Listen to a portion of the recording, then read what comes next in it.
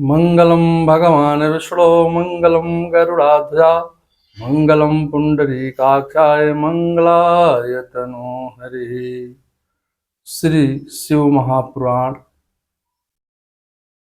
विद्येश्वर संहिता नवमो अध्याय।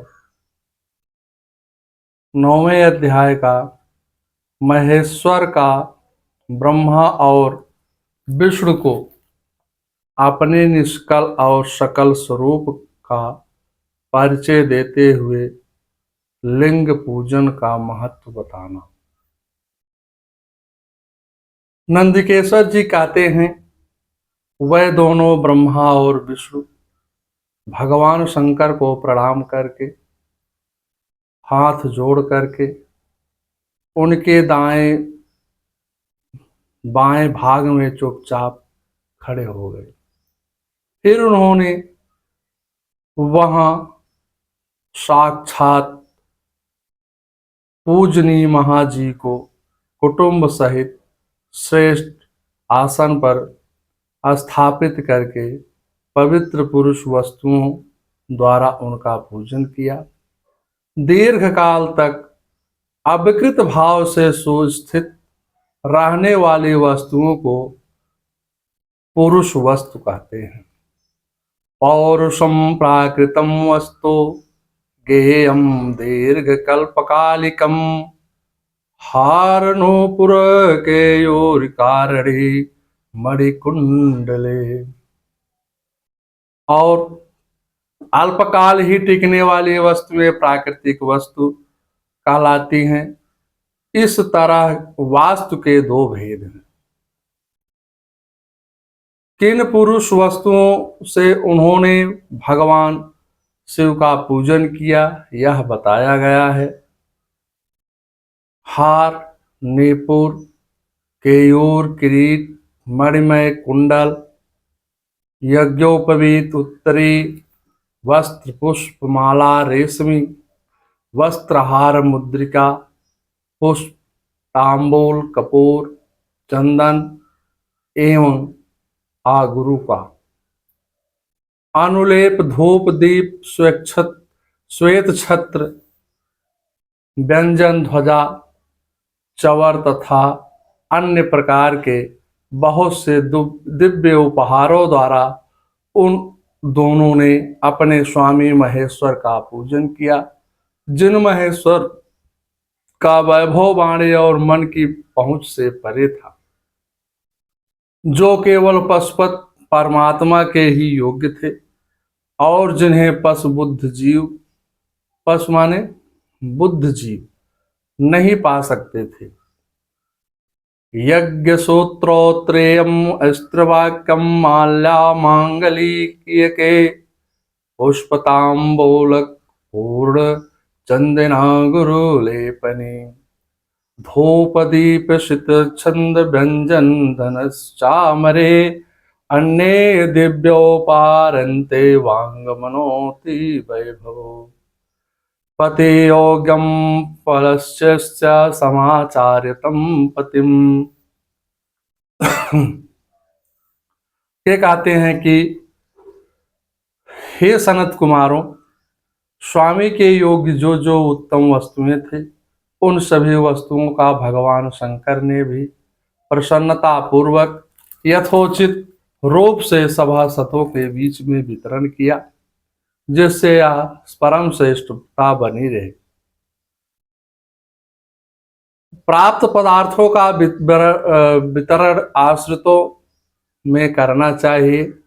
उन वस्तुओं का ग्रहण केवल सभासदों में वहां कोलाहल मच गया, माने शोरगुल हो गया। इस प्रकार वहां पहले ही ब्रह्मा तथा विष्णु से पूजित हुए भक्तिवर्धक भगवान शिव विनम्र उन दोनों देवताओं को हंस करके कहने लगे। भगवान शिव कहते हैं, हे पुत्रों, आज मेरी पूजा हुई है। इस समय तुम्हारे द्वारा जो भी मेरी पूजा हुई है, इससे मैं तुम लोगों पर बहुत प्रसन्न हूँ।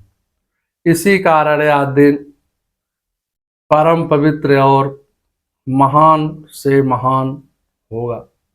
आज की यह तिथि शिवरात्रि नाम से विख्यात हो करके मेरे लिए परम प्रिय होगी। दिन में ततम पूर्णम भविष्यति महारतम, शिवरात्रि ख्यातम तिथिरेशाम मम प्रिया। इस समय जो मेरे लिंग निष्कलंक आकृत से रहित निराकार स्वरूप के प्रतीक और बेर सकल सकारात्मक प्रतीक विग्रह की पूजा करेगा, वह पुरुष जगत की सृष्टि और पालन आदि कार्य कर सकता है। जो शिवरात्रि के दिन रात निराहार एवं जितेंद्रिय रह करके अपनी शक्ति के अनुसार निष्कपट भाव से मेरी यथोचित पूजा करेगा, उसको मिलने वाले फल का वर्णन सुनो। 1 वर्ष तक निरंतर मेरी पूजा करने से जो फल मिलता है, वह सारा फल केवल शिवरात्रि को मेरा पूजन करने से मनुष्य तत्काल प्राप्त कर सकता है। शिवारोत्रम हो निराहारो जितेन्द्रिया, आचार्यम यत्तानम यथम बल वंचका, माधर्वम वृद्धि कालोपि चंद्र कालम युहाबुधे, प्रतिष्ठम युद्धोत्सो यत्र मामको मंगलायनम। जैसे पूर्ण चंद्रमा उदय की वृद्धि का अवसर है, उसी प्रकार से वह शिवरात्रि तिथि मेरे लिए धर्म की बुद्धि का समय है।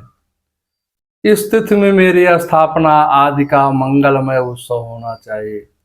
हे पुत्रों, पहले मैं ज्योतिर्मय स्तंभ रूप से प्रकट हुआ था। उस समय मार्गशीर्ष मास में आद्रा नक्षत्र था। जो पुरुष मार्गशीर्ष मास में आद्रा नक्षत्र होने पर मुझ उमापति का दर्शन करता है, मेरी मूर्ति या लिंग की झांकी दर्शन करता है, वह मेरे लिए कार्तिकेय से भी अधिक प्रिय है। उस शुभ दिन मेरे दर्शन मात्र से पूरा फल प्राप्त होता है। यदि दर्शन के साथ साथ मेरा पूजन भी किया जाए तो उसका अधिक फल प्राप्त होता है, जिसका वाणी द्वारा वर्णन नहीं हो सकता है। इस रणभूमि में मैं लिंग रूप में प्रकट होकर के बहुत बड़ा हो गया था। उस लिंग के कारण यह भूतल लिंग या स्थान नाम से प्रसिद्ध हुआ। हे पुत्रों, भगवान शिव जी कहते हैं कि जगत के लोगों का दर्शन और पूजन कर सके, इसके लिए अनादि और अनंत ज्योति स्तंभ अत्यंत छोटा हो जाएगा। यह लिंग सब प्रकार के भोगों को सुलभ कराने वाला और भोग तथा मोक्ष का एकमात्र साधन होगा। इसका दर्शन, स्पर्श तथा ध्यान प्राणियों को जन्म जन्मांतर और मृत्यु से छुटकारा दिलाने वाला होगा। भोगम महामिदम लिंगम भुक्तमेक तेक साधनम, दर्शनम स्पर्श ध्यानम अंजोतनम जन्म मोचनम। अनाचल चल सादृशम यदितम लिंगम तुमम, अरुणांचल मित्येव तद्धित्यम ख्याति में। अग्नि के पहाड़ जैसा यह शिवलिंग यहाँ प्रकट हुआ है। इसके कारण यह स्थान अरुणांचल नाम से प्रसिद्ध होगा। यहाँ अनेक प्रकार के बड़े बड़े तीर्थ होंगे। इस स्थान में निवास करने या मरने से जीवों को मोक्ष हो जाएगा। अथ तीर्थम बहुधा भविष्यत् महातरम, मुक्ते अत्र जंतूनाम वासेन मरणेन चा। रथोत्सवादि के आयोजन से यहाँ सर्वत्र अनेक लोग कल्याणकारी रूप से निवास करेंगे। इस स्थान पर किया गया दान, हवन तथा जप सब प्रकार करोड़ गुना फल देने वाला है। यह क्षेत्र मेरे सभी क्षेत्रों में श्रेष्ठतम होगा। यहाँ मेरा स्मरण करने मात्र से ही प्राणियों की मुक्ति हो जाएगी। यह परम रमणीय क्षेत्र महत्वपूर्ण है। यहाँ सभी प्रकार के कल्याणों से पूर्ण, शुभ और सबको मुक्ति प्रदान कराने वाला है। इस लिंग में मुझलिंगेश्वर की अर्चना करके मनुष्य सालोक्य, समीप, सारूप, श्राष्ट और सायुज्य, इन पांचों प्रकार की मुक्तियों का अधिकार प्राप्त कर लेगा। आप लोगों को भी शीघ्र ही सभी मनोवांछित फल प्राप्त होंगे। सायुज्यम मितिम पंचेते क्रियादीनम फलम मतम सर्वे अपि यूयम सकलम प्रायस्थातु मनोरथम।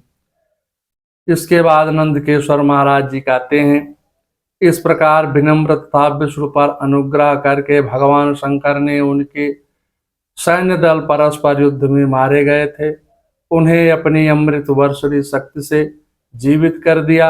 इन दोनों ब्रह्मा और विष्णु की मूढ़ता और पारस्परिक बैर को मिटाने के लिए भगवान शंकर उन दोनों से कहने लगे, मेरे दो रूप हैं। भगवान शंकर जी कहते हैं कि मेरे दो रूप हैं, एक है सकल और दूसरा है निष्कल। दूसरे किसी के ऐसे रूप नहीं है और किसी देवता के ऐसा रूप नहीं है जिसके दो रूप हों। मेरे अतिरिक्त अन्य सब अनीश्वर हैं। हे पुत्रों, पहले मैं स्तंभ रूप में प्रकट हुआ, फिर मैंने साक्षात रूप से ब्रह्म भाव मेरा निष्कल रूप और महेश्वर भाव सकल रूप है। ये दोनों मेरे ही सिद्ध रूप हैं, मेरे अतिरिक्त किसी दूसरे के नहीं हैं। इस कारण तुम दोनों का अथवा अन्य किसी का ईश्वरत्व कभी नहीं है। अज्ञान के कारण तुम दोनों को यह जीव ईशत्व का आश्चर्यजनक अभिमान उत्पन्न हो गया था।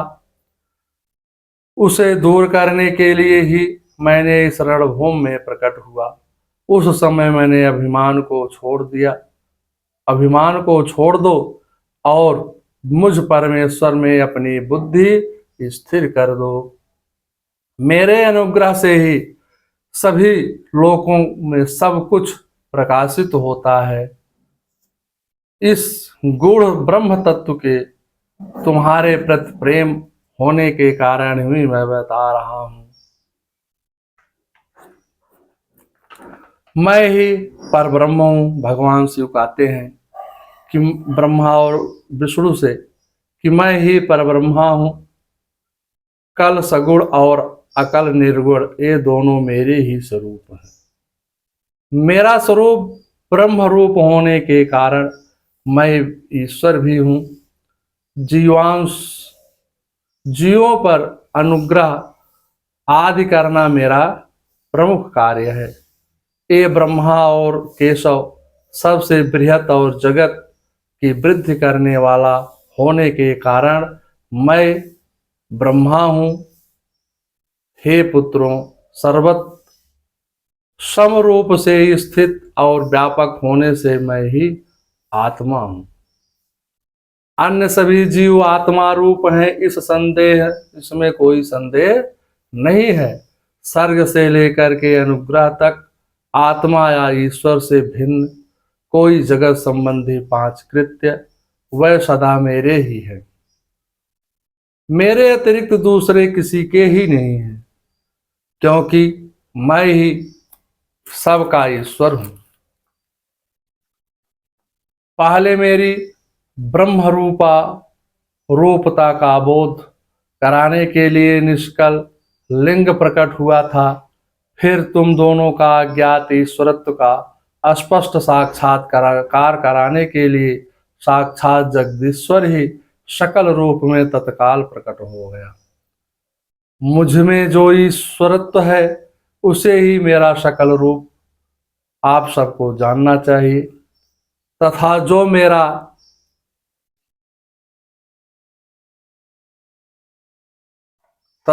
मेरा यह निष्कल स्तंभ है वह मेरे ब्रह्म स्वरूप का बोध कराने वाला है। हे पुत्रों, भगवान शिव जी कहते हैं, लिंग लक्षण युक्त होने के कारण यह मेरा ही लिंग चिन्ह है। तुम दोनों का प्रतिदिन यहाँ रह करके इसका पूजन करना चाहिए। यह मेरा ही स्वरूप है और सामीप्य की प्राप्ति कराने वाला है। लिंग और लिंगी में नित्य अभेद होने के कारण मेरे इस लिंग का महान पुरुषों को भी पूजन करना चाहिए। हे पुत्रों, जहां जहां जिस किसी ने मेरे लिंग को स्थापित कर लिया है, वहां मैं अप्रतिष्ठित होने पर भी प्रतिष्ठित हो जाता हूँ। भगवान शिव कहते हैं, जो मेरे एक लिंग की स्थापना करने का फल मेरी समानता की प्राप्ति बताया गया है। एक के बाद दूसरे शिवलिंग की स्थापना कर दी गई है, तब फल रूप से मेरे एकत्व सायुज्य मोक्ष रूप फल प्राप्त होता है। लिंगे प्रधानतम स्थाप्तम तथा वेरम तो गौड़कम लिंग भावे न तत्क्षेत्रम सवेरमपि सर्वथा। प्रधानता शिवलिंग की ही स्थापना करनी चाहिए। मूर्ति की स्थापना उसकी अपेक्षा गौड़ है। शिवलिंग के अभाव में सब ओर से मूर्ति युक्त होने पर भी वह स्थान क्षेत्र नहीं कहलाता है। इति श्री महापुराणे मायां विद्येश्वर संहितायां शिवस्य महेश्वर विधान वर्णनम नाम नवमो अध्यायः।